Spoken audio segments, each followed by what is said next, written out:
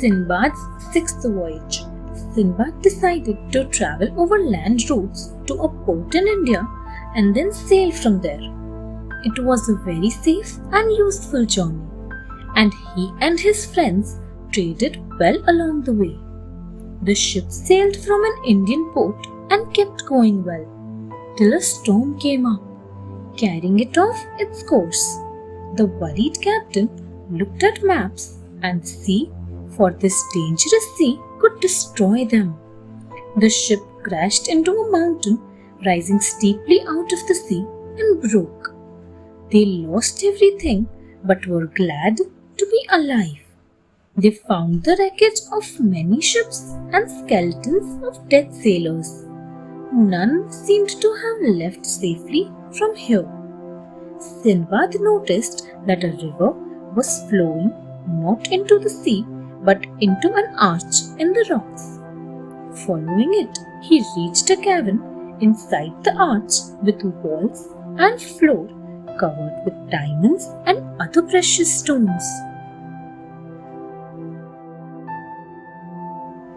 Down the river, the food didn't last for long, so the sailors began dying of starvation one after another.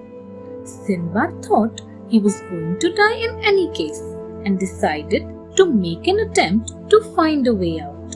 He made a raft and with his small amount of food sailed down the river, gathering up precious stones. The raft floated down the tunnel for many days, with Sinbad hardly eating anything. He slept, for he was tired.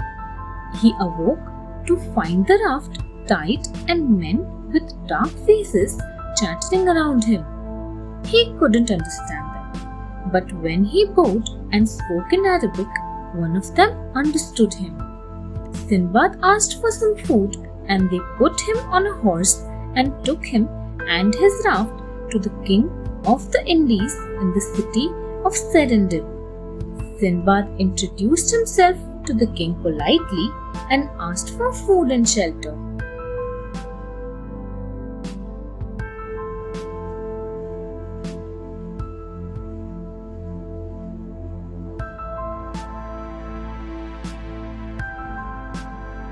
A rare kingdom. The king treated Sinbad with great courtesy, listening attentively to his story and seeing the raft too. He ordered that the story be written down in golden letters and displayed as part of the history of the kingdom. Sinbad was stunned when he saw the king's treasury, for he had never seen such wealth.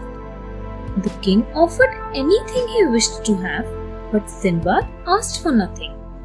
Therefore, the king himself presented many costly gifts to Sinbad. It was a beautiful and fascinating kingdom. Sinbad saw with days and nights of equal length.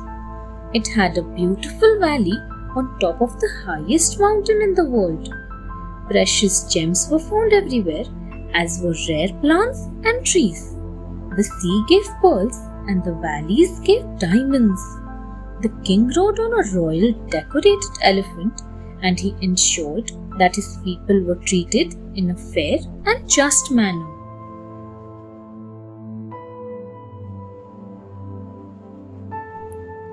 A royal farewell. When Sinbad wished to return home, the king gave him a special ship and many rich gifts.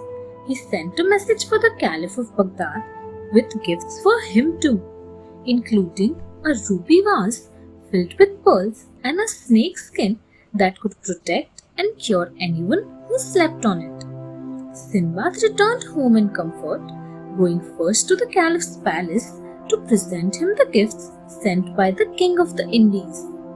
The Caliph was touched and impressed and heard all that Sinbad told him about the splendor of the king and his kingdom. He listened to the adventures Sinbad had and great danger he had passed through. He too was very gracious and gave Sinbad many gifts. Sinbad came home rich and satisfied to his family and friends, who were happy to see him safely back and to hear of his adventures. Thanks for watching. Do like, share, subscribe to Sahil Book House.